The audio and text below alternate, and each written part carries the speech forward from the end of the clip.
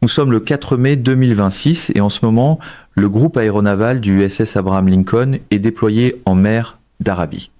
Des destroyers lance-missiles se détachent, des avions orbitent au-dessus de la zone et 15 000 militaires américains exécutent les premières escortes de convoi de Project Freedom. La mission est en cours, maintenant. Le détroit est plus brûlant que jamais et selon qui vous croyez, les premiers tirs ont déjà été lancés. Voici ce que les médias d'État iraniens affirment ce matin. 2 missiles auraient frappé le USS Abraham Lincoln à l'entrée sud du détroit d'Ormuz après que le navire, je cite, aurait ignoré des avertissements répétés de s'arrêter venant de leurs embarcations d'attaque rapide, des gars avec des A-47, mais il est rapporté que l'Iran aurait bel et bien lancé des missiles balistiques.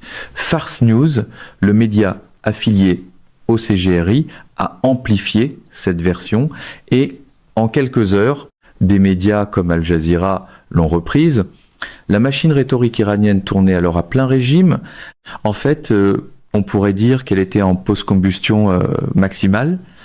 L'ancien commandant du CGRI et conseiller du guide suprême, Mohsen Rezaï, a déclaré que les forces américaines feraient face à, je cite, un cimetière de porte-avions et de troupes dans le détroit. Il a qualifié les États-Unis de nation pirate.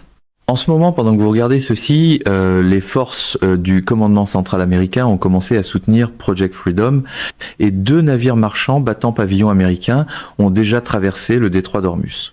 Mais laissez-moi revenir en arrière, parce que l'histoire qui a éclaté ce matin n'a pas commencé par un communiqué de presse, elle a commencé par un lancement de missiles, et ce qui s'est passé ensuite vous dit tout ce que vous devez savoir sur cette guerre, sur le désespoir de l'Iran et sur jusqu'où Washington est prêt à aller.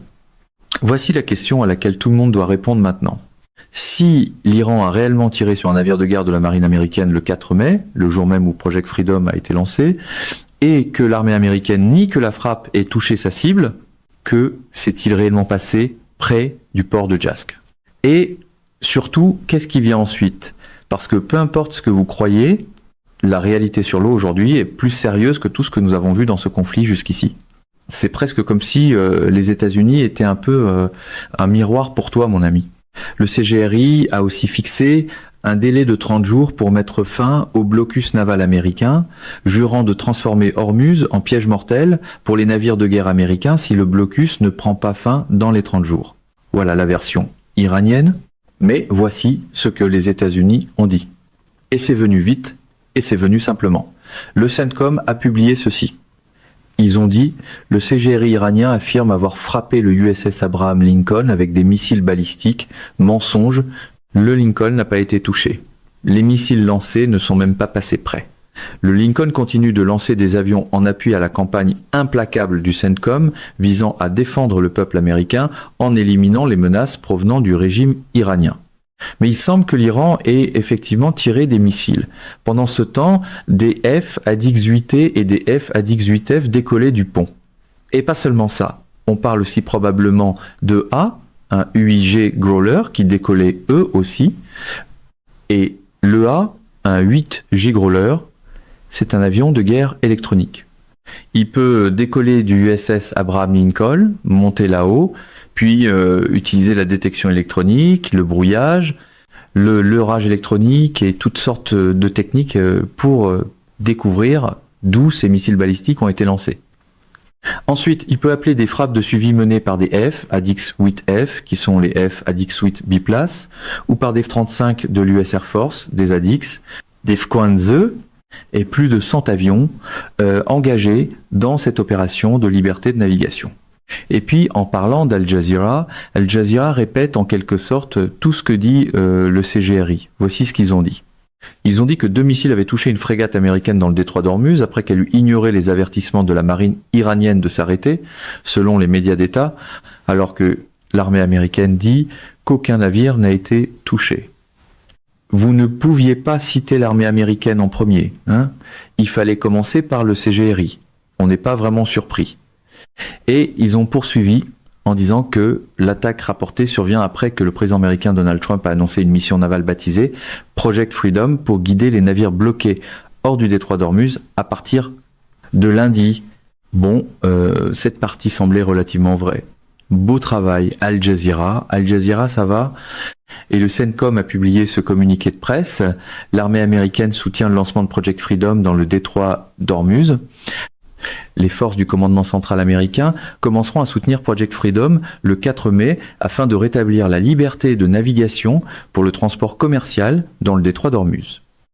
La mission, ordonnée par le président, appuiera les navires marchands qui cherchent à transiter librement par ce corridor commercial international essentiel. Un quart du commerce mondial du pétrole par voie maritime, ainsi que d'importants volumes de carburant et de produits fertilisants, passent par le détroit. La citation se poursuit. Notre soutien à cette mission défensive est essentiel à la sécurité régionale et à l'économie mondiale, alors que nous maintenons aussi le blocus naval, a déclaré l'amiral Brad Cooper, commandant du CENTCOM. Et regardez bien ceci, le soutien militaire américain à Project Freedom inclura des destroyers lance-missiles, plus de 100 avions basés à terre et en mer, des plateformes sans équipage multidomaine, ne sous-estimez pas ça, et 15 000 militaires. Les choses sont devenues sérieuses avec le lancement de ce nouveau Project Freedom. Donc, comme vous pouvez le voir, cela nous montre en quelque sorte que l'avertissement décisif de l'Iran envers les navires de guerre de la marine est à peu près aussi intimidant qu'une note au ton sévère glissée depuis une cellule de prison à un gardien, disant « Si vous ne me laissez pas sortir, je vais m'évader. » C'est comme « Ah oui, d'accord, ça sonne bien, bonne chance avec ça. » Mais que s'est-il exactement passé près de Jasc, cette île tout près de l'entrée du détroit d'Ormuz? Et comment tous ces navires se sont-ils retrouvés bloqués à ce stade, l'Iran les forçant à ne pas faire le trajet par le détroit d'Ormuz? Eh bien, une grande partie de cela repose sur les tactiques de proxy de l'Iran. Et c'est ce que nous voyons en ce moment. 15 000 militaires américains, plus de 100 avions basés à terre et en mer, des destroyers lance-missiles et des drones avancés sont là pour soutenir cette mission défensive afin de faire maintenant passer certains navires par le détroit d'Ormuz. Trump a ajouté que toute interférence serait traitée avec force. La réponse de l'Iran est arrivée dans les heures qui ont suivi le lancement de ces missiles balistiques en affirmant qu'ils avaient touché un destroyer de la marine américaine. Fars News fait ça. C'est ce qu'ils font. Ils sont le bras de propagande. Et ce sont eux qui propagent l'idée qu'ils ont réellement frappé un porte-avions américain. Mais encore une fois, ils essaient surtout de faire du gaslighting à leur propre population pour garder tout le monde en ligne dans les rues de Téhéran. Ils veulent pas de soulèvement. Ils ne veulent pas que le peuple se lève. Ils veulent montrer de la force et donner l'impression qu'ils affrontent réellement la marine américaine, ce qui est la raison principale. Et la deuxième raison, c'est d'essayer de convaincre l'Europe que les États-Unis sont en train de perdre. Ils veulent aussi attirer davantage de pays européens de leur côté avec leur bras de propagande. Un peu comme on l'a vu avec l'Allemagne qui est sortie en appui au CGRI, aussi le Royaume-Uni et la France. Nous savons que le Royaume-Uni a quelques cartes dans sa manche. Il prélève quelques euros sur chaque baril qui passait par le détroit d'Ormuz avant la mise en place du blocus. Il faisait essentiellement des milliards, sinon des billions, pendant des années, grâce à un arbitrage pétrolier avec les contrats à terme sur le Brent basé à Londres, en prélevant une petite prime sur chaque baril de pétrole qui passe par le détroit d'Ormuz. Donc il n'est pas surprenant que le Royaume-Uni et les dirigeants à Londres veuillent que ce pétrole circule, peu importe ce que fait le régime iranien. Ils acceptent que le régime iranien ait des missiles balistiques, des drones Shahed, et même probablement une arme nucléaire, tant qu'il continue de recevoir ce doux flux d'argent d'arbitrage qui vient du détroit d'Ormuz. Et évidemment, c'est une tactique très à courte vue pour continuer à se remplir les poches alors qu'un régime radical est potentiellement en train d'obtenir une arme nucléaire. Mais cela montre clairement comment l'Iran a réussi à attirer plusieurs de ces pays de son côté, précisément avec le Royaume-Uni, grâce à cet arbitrage pétrolier qui les enrichit. Et l'Iran est là, genre, oui, on va vous rendre riche, laissez-nous juste faire ce qu'on veut. Mais l'Iran n'est pas rien, et son manuel naval dans le détroit d'Ormuz est aussi asymétrique que possible, parce qu'il ne peut évidemment pas rivaliser de façon conventionnelle avec la marine américaine, surtout avec 160 de ses principaux navires de guerre coulés. Le CGRI sature la zone avec des embarcations d'attaque rapide, publie des cartes revendiquant le contrôle de la voie maritime avec leur petit champ de mine juste là. Oui, nous avons un champ de mine poussé tous les navires contre notre côte. Oman est de l'autre côté du détroit. Et Oman est un peu comme, oui, nous avons été paresseux pendant des décennies en ne construisant aucune force navale ni capacité de projection de puissance. Donc, ils ont laissé leurs eaux territoriales être minées par l'Iran et n'ont pas bougé pour faire quoi que ce soit. Mais maintenant, nous voyons ces nouvelles menaces conçues pour créer de l'ambiguïté et de l'hésitation. L'Iran veut continuer à semer le chaos aussi longtemps qu'il le pourra, jusqu'à atteindre un point où il pense que les États-Unis reculeront. Mais il semble y avoir à peu près autant de chances que cela arrive qu'une boule de neige en enfer, avec les États-Unis qui partiraient sans obtenir les conditions qu'ils veulent. L'arsenal anti-navire de l'Iran est réel, cependant. Le Ch-102 Nour, c'est un missile de croisière rasant la mer dérivé d'un modèle chinois, avec une portée d'environ 100 000 nautiques. Laissez-moi vous donner le tableau complet. Le trafic maritime dans le détroit d'Ormuz est largement bloqué par l'Iran depuis le 28 février 2026, lorsque les États-Unis et Israël ont lancé des opérations aériennes contre l'Iran dans le cadre de l'opération Epic Fury, ciblant des installations militaires, des sites nucléaires et les dirigeants, ce qui a entraîné la mort du guide suprême Ali Khamenei. La réponse de l'Iran a été rapide, brutale et économique. Ils ont fermé le détroit. Le CGRI a émis des avertissements interdisant le passage par le détroit, a arraisonné et attaqué des navires marchands et a posé des mines marines dans la voie navigable. Un quart du commerce mondial du pétrole transporté par mer, disparu, gelé, pris en otage par un régime qui vient de perdre son guide suprême et qui n'a plus rien à perdre. Le prix moyen national d'un gallon régulier d'essence sans plomb aux États-Unis a atteint 4,46 $ le dimanche 3 mai, contre 4,09 $ seulement une semaine plus tôt. Des centaines de navires, des milliers de marins bloqués, l'économie mondiale qui saigne, un baril à la fois. Alors, Washington a pris une décision. Trump a annoncé Project Freedom et l'Iran a répondu avec des missiles. L'agence semi-officielle Fars News a rapporté que l'Iran avait tiré 2 missiles contre un navire de la marine américaine après qu'il eut tenté de passer par le détroit d'Ormuz, affirmant que le navire avait été ciblé après avoir ignoré un avertissement des forces navales de la République islamique d'Iran. Fars est allé plus loin. Citant des sources locales, Fars a rapporté que le navire avait été touché par les missiles et avait été incapable de poursuivre sa route après les frappes, étant forcé de battre en retraite et de fuir la zone. Les médias d'État iraniens ont amplifié cette affirmation en quelques heures. Le commandant de l'armée iranienne, le major général Amir Hatami, a publié sur X que les porte-avions américains imaginaient pouvoir approcher du détroit d'Ormuz dans le silence radar et que la réponse de l'Iran avait été le feu, avec des missiles de croisière et des drones de combat prenant leur envol. Il a ajouté une phrase qui doit être lue très attentivement. Il a dit que chaque pouce de ces eaux est à portée de la volonté de l'Iran. C'est ici que ça devient important. Le CENTCOM a répondu rapidement et il n'a pas utilisé un langage diplomatique. Le commandement central américain a dit: le CGRI iranien affirme avoir frappé le USS Abraham Lincoln avec des missiles balistiques. Mensonge. Le Lincoln n'a pas été touché, les missiles lancés ne sont même pas passés près. Le Lincoln continue de lancer des avions en appui à la campagne implacable du CENTCOM visant à défendre le peuple américain en éliminant les menaces provenant du régime iranien. Ce n'est pas une déclaration, c'est un message. Et voici quelque chose qui mérite d'être noté avant de prendre l'un ou l'autre camp au pied de la lettre. L'Iran a un historique documenté de fausses revendications d'attaques réussies contre des actifs américains. Au début du conflit, le 1er mars, l'Iran a affirmé que ses missiles balistiques avaient frappé le USS Abraham Lincoln. Le CENTCOM a réfuté cette affirmation immédiatement, la qualifiant de mensonge et déclarant que les missiles lancés n'étaient même pas passés près. C'est le même manuel, le même canal, le même public. La machine de propagande iranienne n'essaie pas vraiment de vous convaincre, vous ou moi.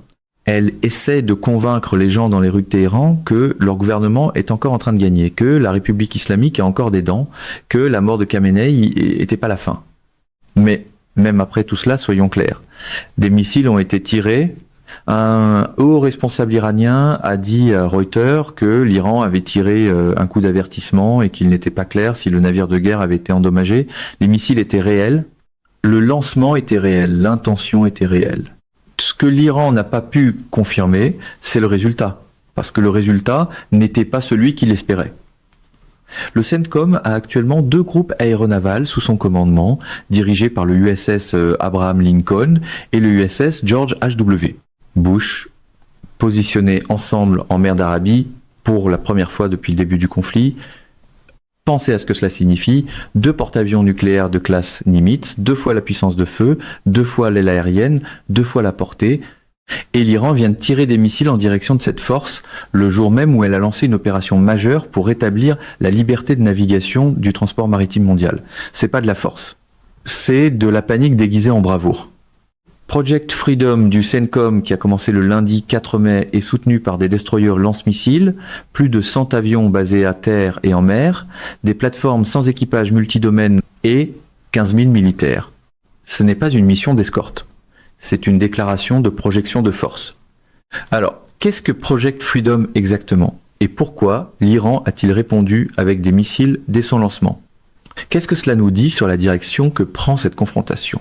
Et que se passe-t-il si l'Iran tire encore et que cette fois, il a vraiment de la chance? C'est là que les choses deviennent sérieuses. Ils ont aussi de supposés missiles balistiques modifiés pour des frappes maritimes, d'anciens systèmes Kotiaki 2, et ils les tirent en salve, plusieurs à la fois, depuis des lanceurs mobiles, des batteries côtières ou même depuis les embarcations d'attaque rapide elles-mêmes. Ce sont des menaces légitimes, donc on ne peut pas les écarter. C'est pourquoi il faut des drones avancés dans la zone pour suivre ces différentes menaces. Les missiles antinavires de l'Iran existent désormais à l'intérieur d'une chaîne de frappe américaine qui commence à détecter les menaces bien au-delà de la couverture radar iranienne. Le système de combat Aegis, c'est le réseau intégré de défense aérienne et antimissiles de la marine sur un seul destroyer de classe Arleigh Burke, et il peut suivre plus de 100 cibles simultanément. Donc le système Aegis peut communiquer avec le F-35, le F-35 peut être au-dessus, utilisant son radar, ainsi que le système Aegis pour détecter d'où ces différents missiles sont lancés. Ou, s'ils sont lancés depuis des embarcations d'attaque rapide, alors on peut confier le ciblage de ces embarcations à la chaîne de frappe américaine dans la région, en transmettant les coordonnées de ciblage à des ADX, des F-15 et des F-35. Et puis l'EA, un 8G Growler, comme on en a parlé, cet avion d'attaque électronique persistant là, haut dans le ciel, surveillant tout radar qui s'allume pour tenter de guider ces missiles antinavires. C'est exactement son rôle dans ce scénario. Alors évidemment, l'Iran fait mal à l'économie mondiale, il fait saigner le monde et se fait un peu saigner lui-même en même temps, comme s'il voulait couler avec le navire. Et la pièce maîtresse, c'est l'USS Abraham Lincoln, un porte-avions nucléaire de classe Nimitz, confirmé en position en mer d'Arabie. Il transporte environ 90 avions, dont des F-A-18T et des F-A-18F, aussi des F-35, ainsi que ces EA, un 8G Growler jumelé à des E2D pour une couverture radar aéroportée jusqu'à plus de 400 000. Aussi des MH-60 Seahawk pour les menaces de surface et sous-marines. Mais pour la mission d'escorte à Hormuz, la plateforme de première ligne, c'est le destroyer lance-missile de classe Arleigh Burke. Ils ont sur ces navires des systèmes d'armement de dernier recours appelés Phalanx CIWS, le système d'armes rapproché pour les amateurs d'acronymes. Un canon Gatling de 20 mm guidé par radar qui tire 4500 coups par minute et qui est entièrement autonome. Il détecte, suit et engage sans même qu'un humain ait à être dans la boucle. C'est de la technologie haut de gamme, du vrai Gucci militaire. Mais pourquoi cet empilement compte-t-il précisément face à la menace d'Ormuz? Parce que la doctrine antinavire de l'Iran repose sur des attaques en salve depuis plusieurs vecteurs pour submerger des défenses à couche unique. Mais le système Aegis a son mot à dire. Faites entrer Aegis. C'est un réseau qui répond avec des couches indépendantes, chacune létale, chacune opérant simultanément. Il faut toutes les vaincre si vous voulez passer à travers ça en quelques secondes sous le feu, pendant que des F, des A-18 sont déjà en vol au-dessus, coordonnés avec les missiles tirés depuis ces destroyers qui peuvent cibler des sites de lancement côtiers pour des frappes de suivi. Les embarcations d'attaque rapide iraniennes qui essaiment autour des destroyers américains dans le détroit d'Ormuz, c'est un peu comme arriver à un combat de bazookas en motomarine. Agressif, bruyant et rapide, mais tout cela va simplement se terminer dans une sacrée explosion. Mais le matériel n'est que la moitié de l'équation.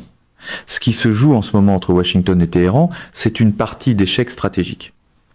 Elle implique les marchés pétroliers, la pression européenne, la diplomatie de coulisses par le Pakistan et un plan de frappe américain visant les différentes îles autour du détroit d'Ormuz qui pourraient abriter des missiles balistiques susceptibles de menacer les navires. Parce que l'administration américaine a carrément rejeté le supposé plan de paix iranien en 14 points et Trump a dit que l'Iran n'avait pas payé un prix assez élevé pour ce qu'il a fait à l'humanité et au monde au cours des 47 dernières années.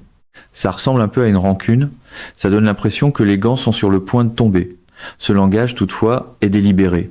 C'est la pression maximale en public. Certains canaux diplomatiques restent ouverts, mais Téhéran veut que le blocus soit levé avant toute nouvelle discussion. Washington veut d'abord des concessions. Aucun des deux camps ne bouge, alors les deux resserrent l'étau. Fait important toutefois, les États-Unis ont positionné leurs forces navales à l'extérieur du Golfe et du détroit. Lui-même, ils appliquent le blocus depuis la mer d'Arabie, surveillent le trafic portuaire iranien à distance et évitent d'exposer leurs navires aux mines ou au harcèlement des embarcations rapides du CGRI dans les eaux confinées du Golfe. Jusqu'à maintenant, avec Project Freedom qui change légèrement cette géométrie, les escortes poussent plus près de l'entrée du détroit, mais le groupe aéronaval reste en retrait, avec cette énorme puissance de feu capable de frapper ces lanceurs de missiles balistiques. Une fois que l'Iran les lance, protégés par la portée, la couverture aérienne et l'extension des capteurs, des alliés européens au Royaume-Uni ont évoqué des missions multinationales alternatives pour ouvrir le détroit plutôt que d'appuyer directement le blocus américain. Ils ne veulent pas appuyer le blocus américain parce que, encore une fois, surtout Londres, ils veulent préserver une relation avec l'Iran parce qu'ils ne savent pas exactement comment tout cela va se dérouler. Je vais vous dire comment ça va se dérouler. L'Iran n'aura pas beaucoup son mot à dire dans le détroit d'Ormuz quand tout cela sera terminé. Mais le Royaume-Uni est là. Genre, nous avons fait des milliards de dollars au cours des dernières décennies grâce à notre arbitrage pétrolier, grâce aux barils de pétrole qui passaient par le détroit d'Ormuz. Donc ils essaient essentiellement de suivre les États-Unis aussi, juste pour voir s'ils peuvent récupérer ce doux arrangement une fois que le brut recommencera à circuler dans le détroit d'Ormuz. Donc, à ce stade, il est assez évident que le Royaume-Uni et Londres sont compromis par la quantité d'argent qu'ils gagnaient avec les contrats à terme sur le Brent, en prélevant leur part sur chaque baril passant par le détroit d'Ormuz. Donc, à ce stade, il est assez clair qu'ils ont essentiellement été achetés par la mafia. Le régime iranien, qui est essentiellement la mafia, a acheté le Royaume-Uni avec cet arrangement, et ultimement, le Royaume-Uni est compromis. Mais maintenant, parlons de Jask. Il y a une base navale là-bas. C'est l'installation la plus au sud de l'Iran près du golfe d'Oman, positionnée précisément pour projeter de la force vers l'entrée du détroit sans avoir à le traverser. C'est le point d'origine logique de toute tentative iranienne de missiles antinavires contre une escorte de convoi opérant près de l'embouchure sud du détroit. Alors, que pourraient faire les États-Unis dans un scénario d'échec en 4 dimensions ? Eh bien, évidemment, l'Iran va lancer des drones Shahed. Ils vont lancer ces missiles balistiques. Donc si les États-Unis peuvent avoir des RQ-4 Global Hawk au-dessus de la zone reliée au radar du F-35, les RQ-4 peuvent maintenant travailler avec le F-35. Ils peuvent déterminer où se trouve le radar utilisé pour cibler le missile balistique ou les drones Shahed au moment de leur lancement. Il pourrait même y avoir une technologie anti-drone sur certains drones au-dessus du détroit d'Ormuz.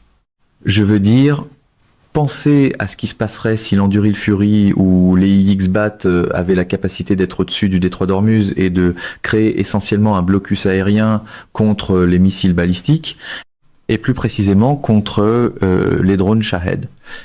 Des drones Shahed neutralisés par une technologie micro-ondes avancée qui pourrait être installée sur ces drones avancés pour empêcher les Shahed de frapper les infrastructures énergétiques des partenaires du Golfe. La séquence de détection américaine commence avant même qu'un missile franchisse la crête à Jasc. Les 2D Hawkeye AWACS, ces drones avancés qui font tous de l'ISR, c'est-à-dire renseignement, surveillance et reconnaissance. Ces drones sont essentiellement le genre de colonne niveau 5 de l'ISR. Ils sont là, haut, à regarder. Vous ne pouvez pas les semer et ils apparaissent à des moments où vous êtes comme « Oh, c'est bizarre, je suis pas mal sûr d'avoir un harceleur ».